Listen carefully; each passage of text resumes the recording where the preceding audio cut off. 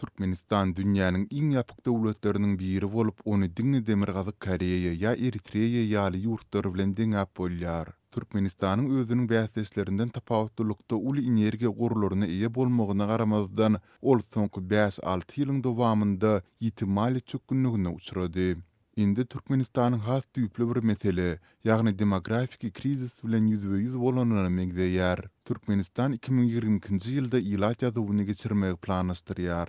Azatlyk radiosynyň bu işlere dahilli çeşmeleriniň maglumatlaryna görä, detlapky sanlara laýyklykda häzir Türkmenistanyň çäginde 2017 2018 million töwerege adam ýaşaýar. Bu maglumatlary biri-birinden garaşsyz 3 çeşme tasdiklady.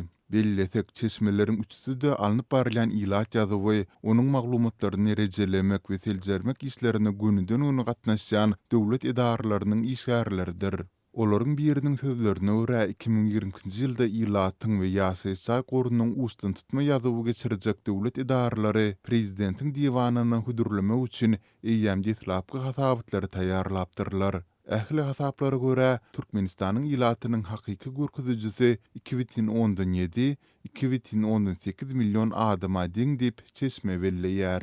Häzirki wagt ilatyň hakyky sany babytyndaky kölegi ýazywy atlandyrylýan barlyklary tamamladylar. Munyň üçin durly usuliyetleri ulandylar. Ýöne esasan gapy aýlandylar. Şol bir wagtda günümel we gytyklaýan maglumatlardan hem peýdalanyldy. Harby gullugy çagyrylýanlaryň, uçurumlaryň, ýokary hujaýlaryň talipleriniň, çaglar baglaryndaky körpeleriň, tutsaklaryň dagy sanlary seljerildi. Şeýle de migrasiýa gullugynyň ýurda gelenler we ýurtdan gidenler baradaky maglumatlary, raýat ýagdaýynyň namalarynyň ýazgysynyň edaralarynyň doglan we ölün raýatlar baradaky hasabatlary we beýleki maglumatlar ulanyldy.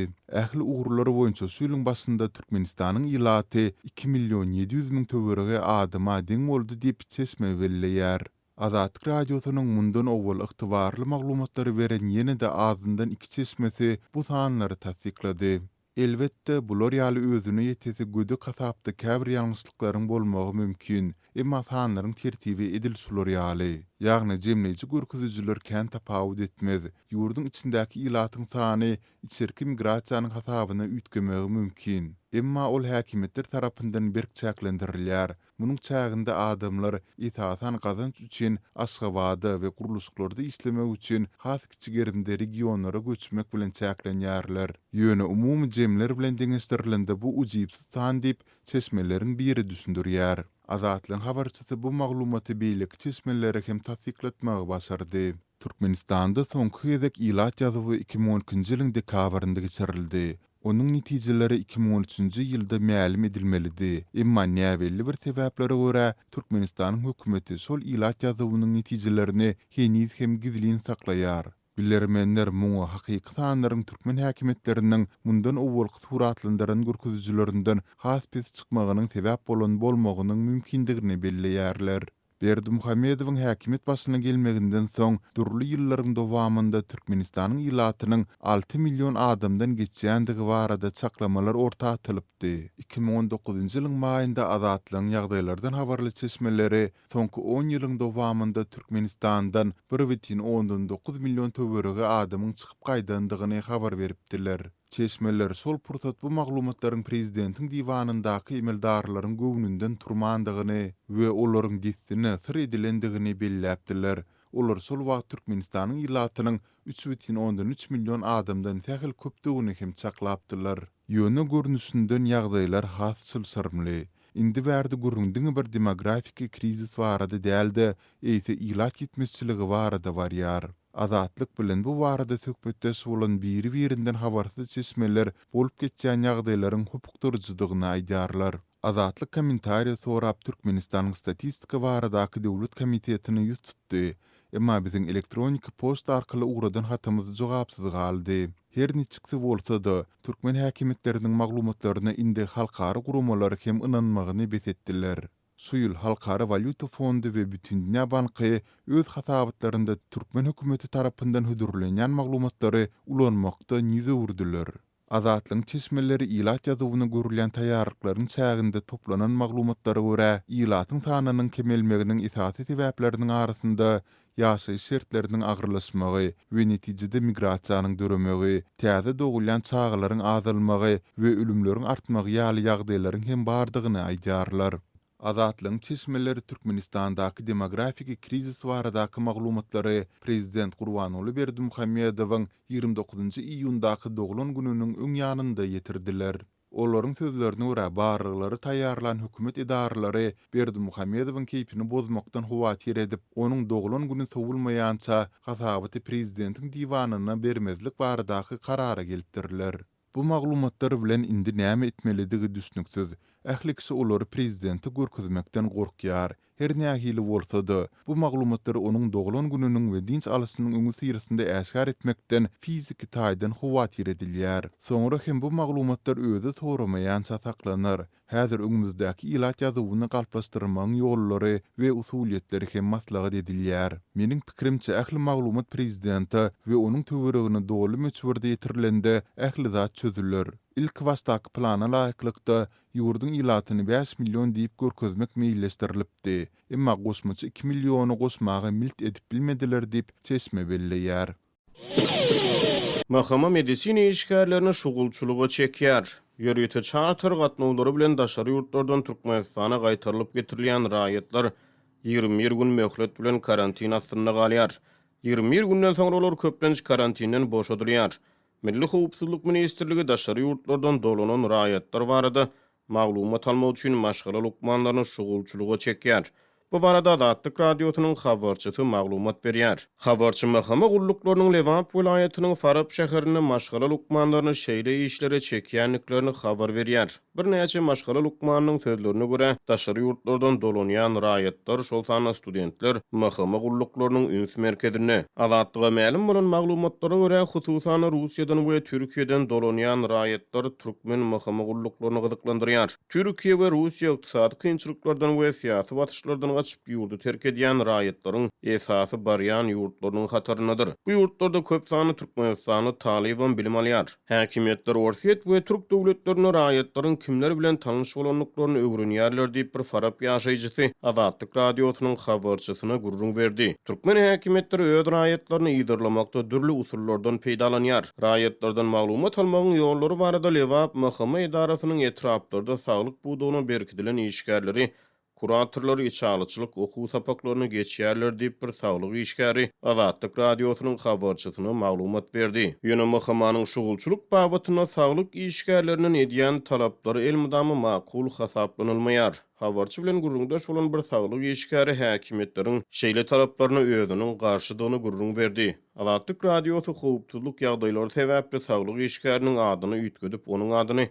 Aynur diýip tutýar. Men adamlara garşy içalyçylyk etmeýärin. Men Lukman, öz işiňizi ödüňiz ediň diýip Aynur häkimetler aýdypdyr. Aynur şugulçylygy 20-nji hasaplaýar. Men 20-nji bolup biljek däl diýip Azatlyk radiosynyň habarçysy Aynuryň sözlerini sitirleýär. Ýöne mahkama diňe Aynur bilen ýa-da diňe saglyk işgärleri bilen çäklenmeýär. Azatlyk radiosynyň habarçysyna görä şu günler Lewapda ýörüýti gulluklar beýleki büdjet işgärlerinden öz goňşulary barada maglumat talap edýär. Büdjet işgärleriniň charter uçurda ýurdu dolanan goňşulary bar bolsa, mahkama olary goňşulary barada maglumat toplamak üçin ulanýar diýip bir Faraply büdjet işgäri Azatlyk radiosynyň habarçysyna gurrun berdi. Ýurdu dolanan raýatlar özleri barada maglumat toplanylmagyna beýpark däl. Olar mundan habarly we olaryň köpüsi bu ýagdaýda nägili bolýar.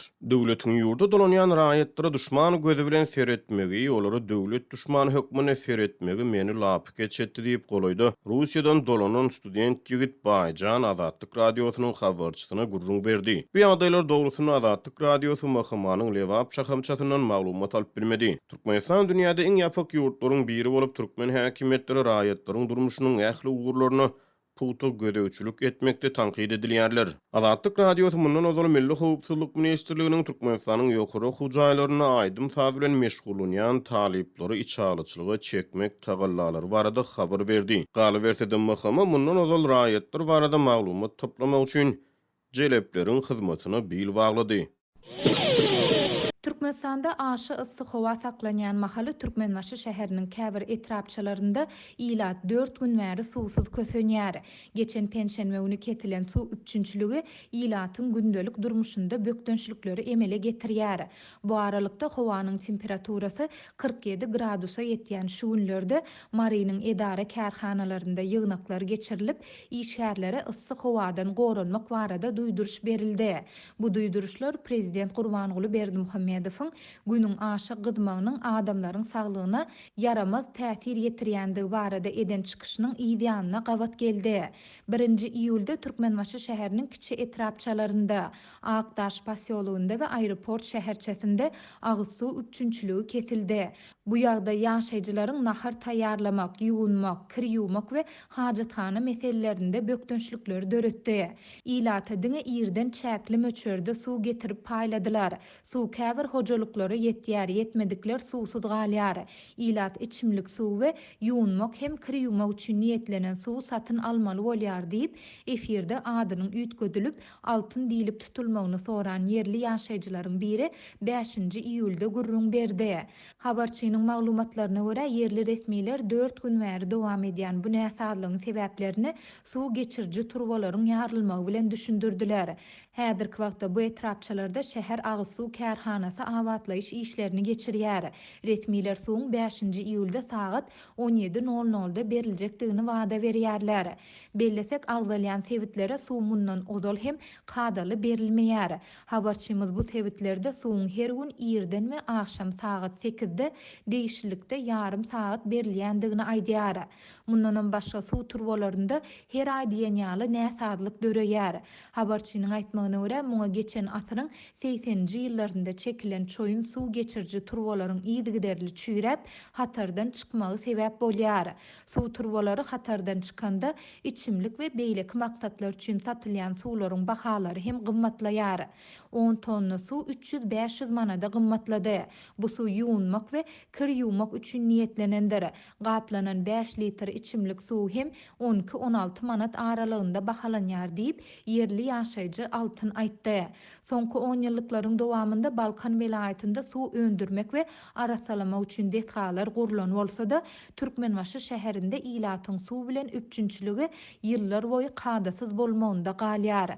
Azatlyň habarçylary bu barada ýygyderli habar berýärler. Bu aralykda aşy ıssy howa Türkmenistanyň beýleki sebitlerinde şol sanda marda hem saklanyp galýar. Aşy ıssy howanyň fonunda Marynyň edara kärhanalarynda ýygnaklar geçirilýär we işgärleri ıssy howadan goranmak barada duýduruş berilýär. Bellesek bu ýygnaklar Prezident Gurbanuly Berdimuhammedowyň günüň aşy gyzmagynyň we ıssy günlerde günüň aşagynda gezmegiň adamlaryň saglygyna yaramaz täsiriniň bardygy barada eden çykyşynyň ýa gawat geldi. Prezident 2-nji iýulda geçirilen ministrler kabinetiniň nowatdaky mejlisinde howanyň ýagdaýy baradaky maglumatlaryň medpugatda hem-de teleradio ýaýlymlarda ýygyderli berilmelidigini hem belledi. TDH-nyň maglumatynda şunuň bilen baglykda prezidentiň degişli işleri talaba laýyk guramak boýunça anyk tawşyryklary berendigi aýdylýar, ýöne olaryň ýetmezçilikleri aýdyňlaşdyrylmaýar. Edara kärhanalaryň işgärleriniň ençemesi bilen töhfetdeş bolan marly habarçymyzyň maglumatlaryna görä, ýolbaşçylar 6-njy 7-nji iýulda howanyň temperaturasynyň hassa ýokarlanmagyna garaşylýandygyny duýdurýarlar. Ýöne anyk näçe gradusa çenli ýokarlanjakdygyny aýtmaýarlar. Maglumat üçin bellesek, howa maglumatlary barada habar berýän AccuWeather websaýty 6-njy 7-nji iýulda Mary welaýatynda howanyň temperaturasynyň 47 gradusa ýetjekdigini görkezýär. Marda geçirilen ýygnaklarda işgärleri ıssydan goranmak barada çäre görmek, owa ýerlerinde çağalary öýde saklamak tawşyrylýar. Şeýle-de yerli saglyk öýleriniň işgärlerini özlerine degişli hojalyklara aýlanmak barada hem buyruk berilýär. Bu aralykda Türkmen hökümetine ýakynlygy bilen tanalýan Türkmen portal neşri hem Türkmenistanyň jemgyýetçilik saglygy we iýmitleniş merkezine salgylanyp, ıssy howadan goranmagyň düzgünleri barada maglumat çap etdi. Howanyň temperaturasy 38 gradusdan ýokary bolan günlerde düýbünden zerur bolmasa daşary çykmaň, esasanam gün işçiliginiň iň ýokary bolýan döwründe sagat 11-den 17:00 çenli diýilip 5-nji iýulda çap edilen maglumatda aýdylýar. Issy günlerde günüň aşagynda gezmeň adamlaryň saglygyna yaramaz täsiriniň bardygy barada prezident derejesinde çykyş edilse-de, şu günler edara kärhanalarda ýoğurlar dowam edýär. Kommunal hojalyk gullugynyň işgärleri uzak günü daşarda günüň aşagynda geçirmeli bolýarlar.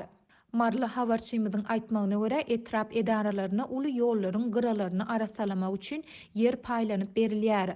Bu yerlerde büdjet işgärlerini derek hakyna tutulan adamlar işleýär. Olara gününe 20 manat pul tölenýär. Saat 11-den soň daşarda dem almak has kynlaşýar. Ýanymyz bilen getiren suwumuz çalt gutarýar, naharlarymyz daýa bolýar. Issy howa ysgyndan gaçyrýar. Ýöne eklenç etmek üçin issy howa çydamaly bolýar diýip adynyň efirde tutulmadlygyny soran işgärleriň biri aýtdy. Türkmenistanda Thompson ilkinji günlerinden bäri aşa yssyk howa dowam edýär. Ýurdun käbir sebitlerinde howanyň temperaturasy 50 gradusa ýetýär. Bu döwürde ýurt ilaty, suw we elektrik ýetmezçiligi bilen ýygyderli ýüzbeýiz bolýar. Habarçylarymyzyň maglumatlaryna görä, bu günler yssyk howa takminan 24 saat dowam edýändigi sebäpli öýlerde, ofislerde we dukanlarda soğuducular tas öçürilmän işledilýär. Netijede elektrik simlerindäki togyň güýji talap edilişinden pes bolup, bu ýagdaý simleriň eremegine getirýär. Azatlyk radiosu ýokarda beýan edilen ýagdaýlar dogrusunda Türkmenistanyň we Marynyň häkimetlerinden kommentari alyp bilmedi.